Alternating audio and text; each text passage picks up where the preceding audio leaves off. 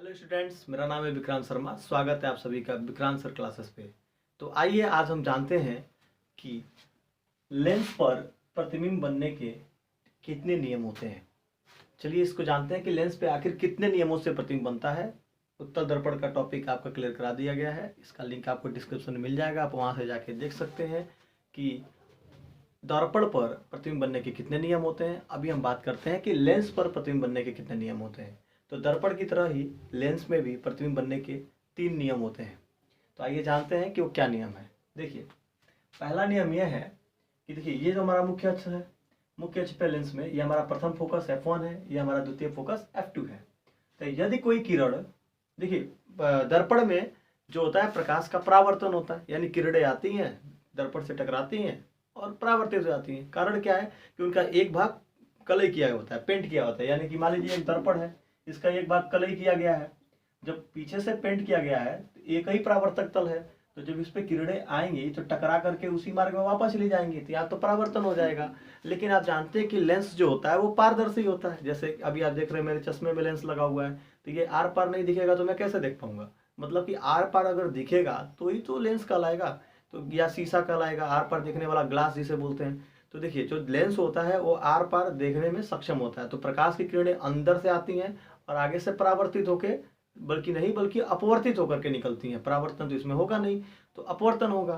तो देखिए क्या है कि यहाँ पे एक उत्तल लेंस लगा हुआ है। ये हमारा यल और एल डैश है। एल फॉर लेंस, यल और एल डैश एक हमारा उत्तल लेंस है। यह हमारा प्रकाशिक केंद्र है। यहाँ वक्रता केंद्र की जगह प्रकाशिक केंद्र होता है, यानी कि किरणें आर पार निकलती हैं।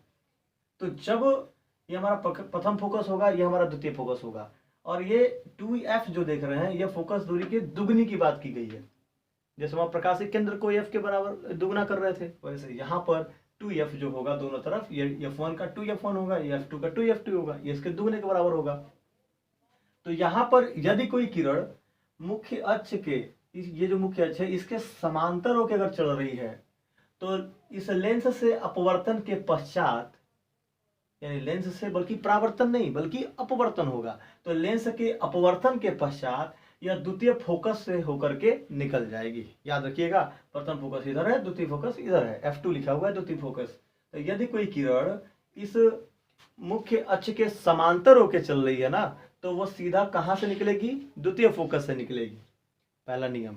दूसरा नियम क्या है कि यदि कोई प्रकाशिक किरण इस प्रथम फोकस से होकर के जा रही है, तो इस लेंस से अपवर्तन के पश्चात यह मुख्य अक्ष के समांतर होके जाएगी।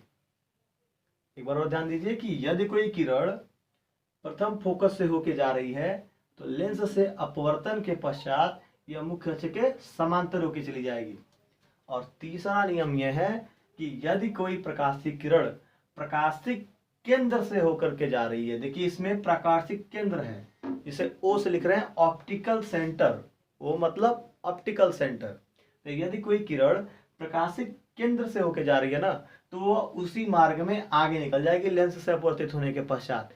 तो दोस्तों ये थे हमारे लेंस पे प्रतिबिंब बनने के 3 नियम, और इसी नियमों पर लेंस में प्रतिबिंब बनेंगे। हम बार बार इन्हीं नियमों के लिए से लेकर के आरेख खींचेंगे। तो आइए जानते हैं कि अब लेंस पर प्रतिबिंब बनने की कितनी स्थितियां होती हैं। तो उत्तल लेंस पे कितना होता है और अवतल लेंस पे कितना होता है, आप इसका स्नैपशॉट ले सकते हैं।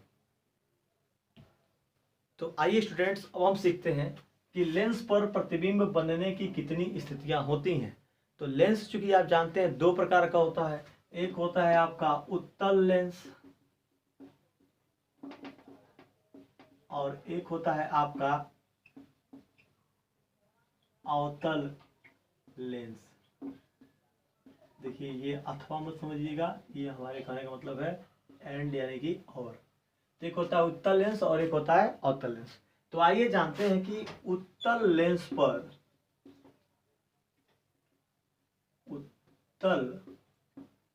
पर प्रतिबिंब बनने की कितनी स्थितियां होती हैं। देखिए, तो जिस तरह से आप दर्पण का वीडियो एक बार जरूर देखिएगा मेरा, क्योंकि दर्पण के वीडियो में दर्पण पे जो प्रतिबिंब बनने की स्थितियां हैं जो अवतल दर्पण पे, उसमें स्पष्ट तौर पे बताया गया कि कितनी स्थितियां होती हैं। ठीक उसी तरह से लेंस में भी प्रतिबिंब बनने की 6 स्थितियां होती हैं। इसका भी मैं एकदम मास्टर स्ट्रोक आपको एक बताता हूँ, उस मास्टर स्ट्रोक से आपको लाइफ में कभी भी नहीं भूलेगा कि आखिर लेंस पर प्रतिबिंब बनने की कितने स्थितियां हैं, वो भी उत्तल लेंस पर। लाइफ में कभी भी नहीं भूलेगा। वैसे ही अवतल लेंस की मैंने वहाँ पे शॉर्ट ट्रिक बता दी है। अगर आप उसको जाके देखते हो उस वीडियो को, तो उसमें आपको शॉर्ट ट्रिक मिलेगा, जिसमें आपको पता चलेगा कि आखिर अवतल दर्पण पर प्रतिबिंब बनने की कितनी स्थितियां हैं। तो उसमें बहुत ही शानदार शॉर्ट ट्रिक है, जिससे आपको लाइफ टाइम कभी भी नहीं भूलेगा वो।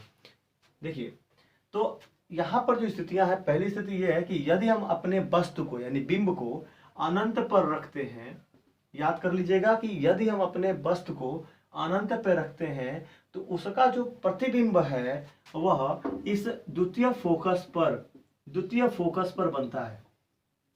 यानी कि यदि हम अपने बिंब यानी वस्तु को अनंत पर रखेंगे तो उसका जो प्रतिबिंब होगा वह द्वितीय फोकस पर बनेगा।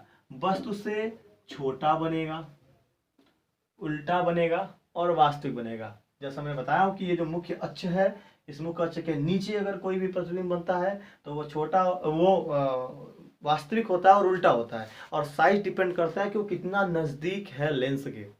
जैसे जैसे हम लेंस के नजदीक आते जाएंगे वैसे वैसे ही प्रतिबिंब बड़ा बनता चला जाएगा।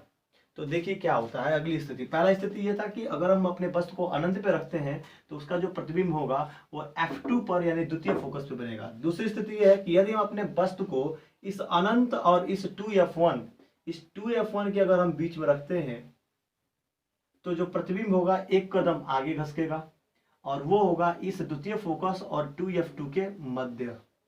और इस वाले प्रतिबिंब से तो ये बड़ा होगा लेकिन वस्तु से छोटा होगा। ध्यान दीजिएगा कि पहला स्थिति है कि अनंत पे रखने पर f2, दूसरा है अनंत और 2f1 के बीच में रखने पर f2 और 2f2 के मध्य में। तीसरी स्थिति अगर हम अपने वस्तु को इस f1 पे ही रखते हैं तो प्रतिबिंब हमारा इस 2f2 पर ही जाकर के बन जाता है और वस्तु के बराबर बनता है, उल्टा बनता है और वास्तविक बनता है। चौथी स्थिति है कि यदि हम अपने वस्तु को इस 2f1 और प्रथम फोकस यानी f1 के मध्य अगर रखते हैं तो क्या होगा। तो अगर हम यहाँ रखेंगे तो प्रतिबिंब हमारा एक कदम आगे जाके बनेगा और अनंत और 2f2 के मध्य बनेगा और ये जो प्रतिबिंब होगा उल्टा, वास्तविक और वस्तु से बड़ा बनेगा। आप देखते जा रहे हैं कैसे साइज बढ़ती चली जा रही है। आगे यदि हम अपने वस्तु को प्रथम फोकस पर रखते हैं जो कि पांचवी स्थिति होगी तो क्या होगा। तो जिस तरह से अनंत पर रखे हुए वस्तु का प्रतिबिंब द्वितीय फोकस पे बन रहा था, उसी तरह प्रथम फोकस पर रखे हुए वस्तु का प्रतिबिंब अनंत पर बनता है, वस्तु से काफी बड़ा बनता है। तो आप देख सकते हैं कि ये वो 5 स्थितियां हैं। पहला अनंत पर तो f2 पर, दूसरा अनंत और f1 के बीच में तो f2 और 2f2 के बीच में, तीसरा 2f1 पर तो प्रतिबिंब 2f2 पर, चौथा f1 और 2f1 के बीच में तो प्रतिबिंब 2f2 और अनंत के बीच में, और पांचवी स्थिति f1 पे अगर हम रखते हैं वस्तु को तो उसका प्रतिबिंब अनंत पे बनता है, साइज बढ़ती चली जाती है।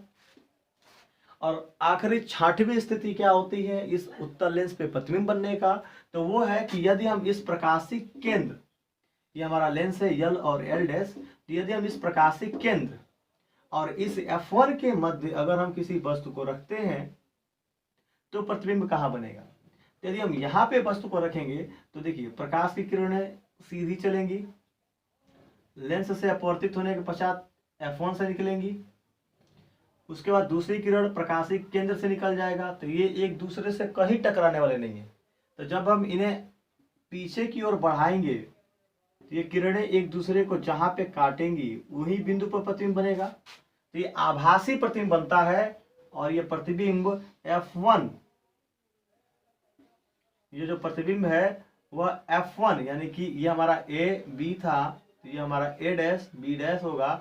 ये प्रतिबिंब f1 और 2f1 के मध्य बनेगा, वस्तु से काफी बड़ा बनेगा, सीधा बनेगा और आभासी बनेगा। तो आप इसका स्क्रीनशॉट ले सकते हैं।